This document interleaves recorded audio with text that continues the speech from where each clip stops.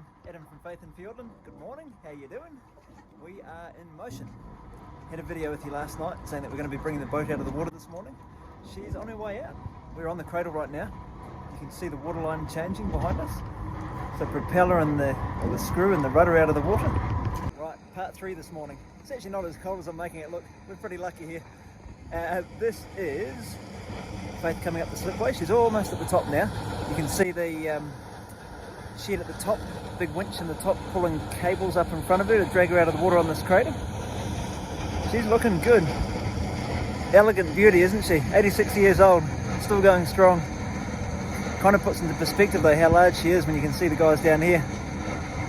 She's massive.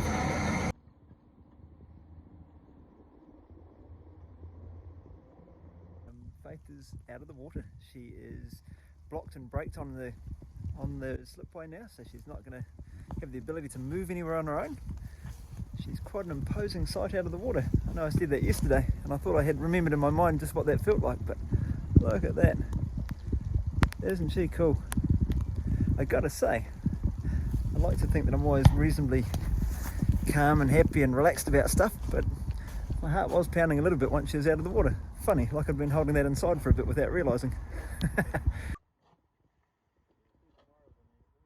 no, that's good.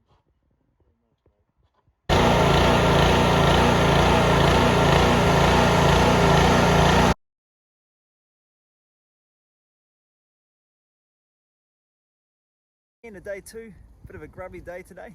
We've been water blasting, so started this last night, and you can see past our little security fence here that the hull is looking a little bit patchy but a lot cleaner than it was, so none of that growth around the edge of the water line. So we've taken about 1,500 litres of water to, no actually more than that, about 3,000 litres of water to water blast that down. She's 20 metres long, so 2 metres high, 20 metres long times 2. It's taken us till probably 8 hours to water blast, but it's really worthwhile doing it really well at this point. It gives us a good opportunity to have a look behind the anti-foul just to make sure that the boat's in good shape. Surveyor's been really happy today. He was really complimentary of the condition that Faith is in. He had no real findings for things to do. There were 2 caulking seams that need re-caulking, which is a relatively minor task, but we've been through a bit of a deeper inspection. There are a couple of little plug holes that I want to have tidied up, so I'll take you for a bit of a closer look at those tomorrow morning when we get into those. Pretty got about 8 or 10 of those, I suppose, if we're just going to pop new plugs in. 2 areas that are a little bit rotten around the plug hole itself, so we're going to widen those out, put some graving blocks in those, which is what we did last time, and we had about 17 of those that we put in. Really cool thing now is having taken the anti-foul, the red paint off, and had a look behind those. All the blocks we did in December 2018 have kept really well, which is really exciting. So we're kind of building a maintenance history with it now and seeing that the things that we are or have been doing in the past are working well. So that's a positive. I'm going to head home. It's going to be a bit of a wet old day tomorrow by the looks of it with the forecast. So all those holes are ready to fill up first thing tomorrow morning. Hopefully we get a break before the weather comes ripping in. I think a shower for me before anything else. Hope you're all keeping well. Come back and give you a bit of an update again soon. Have a good night. Bye bye. Right, morning 3, inspection continuing. Classic example. I'm a sucker for doing stuff and for getting the video early, but those are the guys that we don't want to find.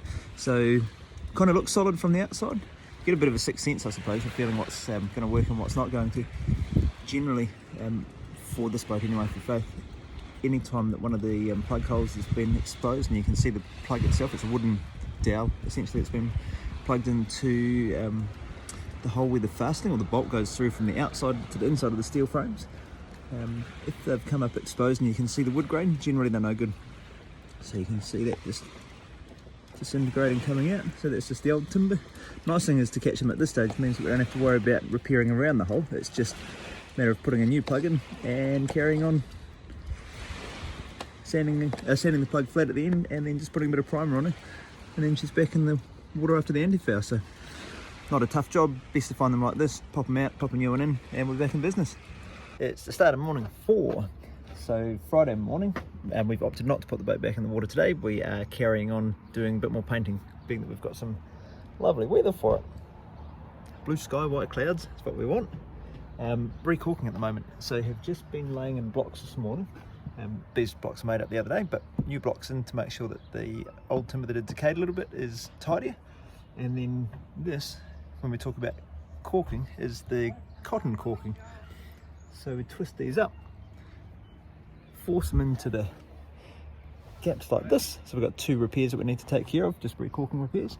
So we'll feed all of that in and put some paint on top of it, some putty on top of that. And we'll come back and show you what it looks like at the end.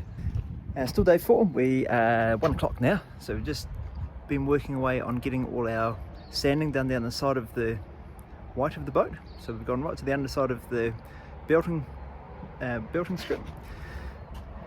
We've still got the grey spotted primer down here because we'll just cover that with the anti-foul, and that'll go back to being red again over top of the grey.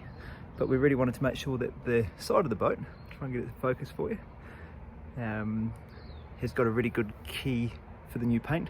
We've sanded it back, we've put spot prime where it's gone back to the timber as we've sanded. We've put a spot undercoat over the spot prime, and she's ready for top coat now. Good morning everyone, how you doing? Saturday morning, day 5 I think now.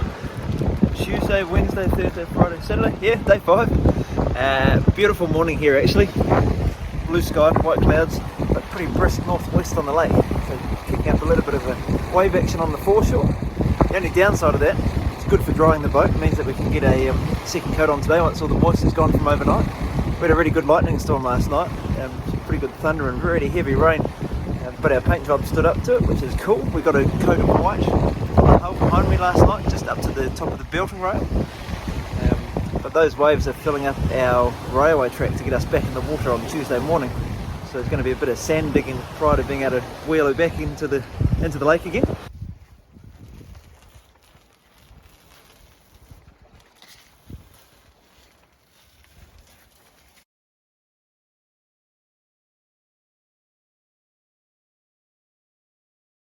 Start of Tuesday morning. So just down on the edge of the lakefront. Been pretty wet overnight. Lake's come up a little bit more than it did the other day. And we've got to get a digger in this morning because those railway tracks are well and truly submerged by the westerly waves bringing gravel in yesterday, day before. So while we dug them out by hand at the start, that's a bit more gravel than we can manage on our own. So digger's here in a few moments.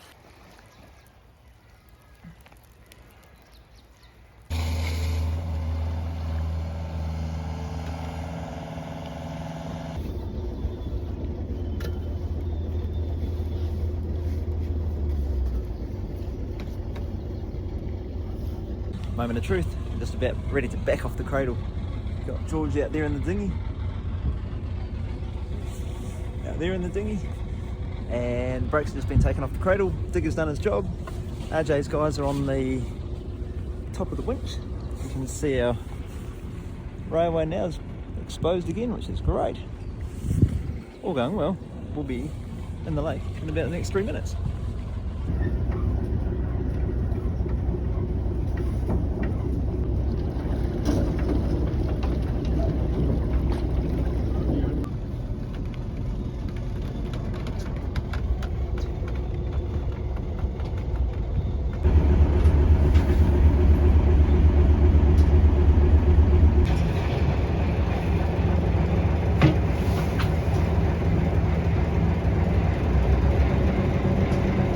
Right, we're on the water. We're on the way back to the wharf. We've had a good look around the boat. Marie and I have just had a good inspection before we came off the cradle, so it's a good thing to check the boat before she leaves safe haven. We found 2 little leaks in the boat, which sounds dramatic for a boat, but being that she's timber, the biggest challenge we have is leaving her out of the water for too long. The longer we leave a wooden boat out of the water, the more the timber dries out, and the more that the gaps between boards open up. So it is natural that the longer you leave a wooden boat out of the water, the more she'll leak when you put her back in. So we've only found 2 little squirts. I don't think it's too bad, and they're minor, they're not big ones at all. And there's a bit of water coming in around the stern gland, which is the sort of fibrous packing around the shaft of the propeller as it heads out from the inside of the boat to the outside.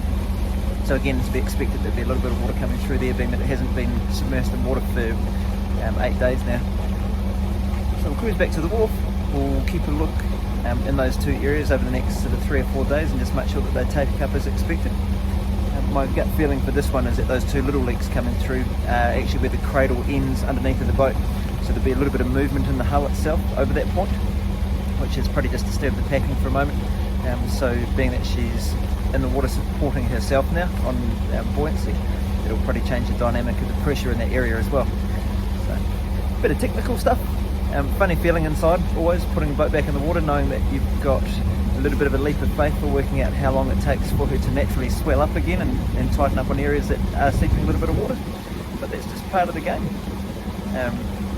A bit of braveness, a bit of education. Hopefully together it works out just fine. We'll have a bit of a chat to you when we get back on the wharf. Ironically, we've just started coming raining again now, but we've got 3 passengers wanting to go at 2 o'clock. It's 10 o'clock now. We're going to hustle, get this thing tidy, get it looking beautiful again.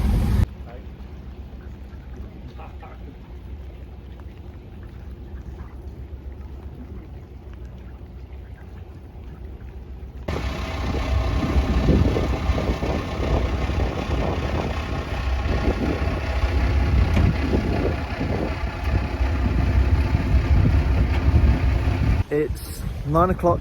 We don't normally hang out at the boat at 9 o'clock in the rain at night, but life has changed a little bit here for us in New Zealand this evening. We've just been told that we're going into lockdown for 4 days, the entire country, level 4 lockdown, due to a case of COVID being found in the North Island, which is a suspected Delta variant, which is not ideal. Probably at the same time, it's not the best day to put a boat back into the water that's still taking on a little bit of water as she's swelling up, but just doing a last minute check before we've got to sit tight for a few days. So I'm just on board and having a good look around, making sure those earlier leaks that we'd found are drying up, which they are, which is really heartening. So I'm going to go and get out of the cold because it's bitterly cold out here. I hope you're all doing well. It is a bit of an unsettling time again. We've been very lucky here in New Zealand, I think, to have had a very well-led response to the COVID challenge.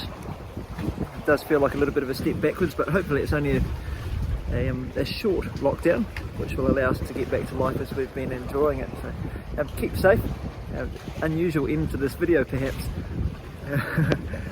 It is a bit unsettling, isn't it? The whole feeling of thinking we're out of the woods and then realising that actually it's a really fickle thing to have to work with. So for those of you abroad, it does highlight to us just how much it's been giving you a hard time as well. So feel your pain.